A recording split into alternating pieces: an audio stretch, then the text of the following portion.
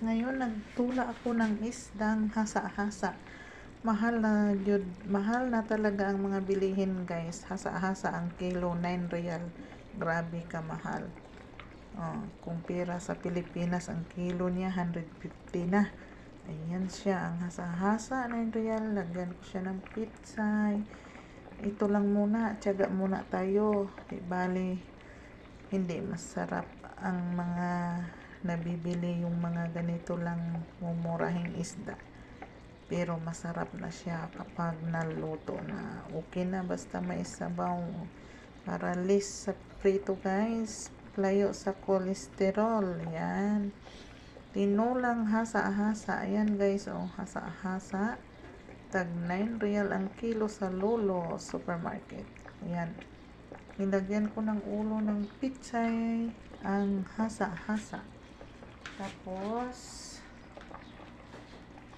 mamaya ako na ilagay itong dahon sa pitsay guys. Ulo muna sa pitsay. Yan, ulo muna. Yan, ulo muna sa pitsay guys. Ngayon lagyan natin ng asin. Lagyan natin ng asin at bitchin ricad. Mamaya na. Ayan guys, lagyan natin ng timpla. Ayan, kunting asin lang. Ayan, okay na yan siya. Tapos ajinomoto. Ayan, pangpalasa, kunti lang din. Ayan, tapos takpan natin siya para maluto na yung saka natin ilagay ang dahon ng pitsay mamaya pag naluto na. Yung tanglad ko guys, laya na, galing to sa kapatid ko doon. Ayan, ganito dito, tiis-tiis yun, magtiis lang para makakain. Yan, thank you for watching everyone, and God bless.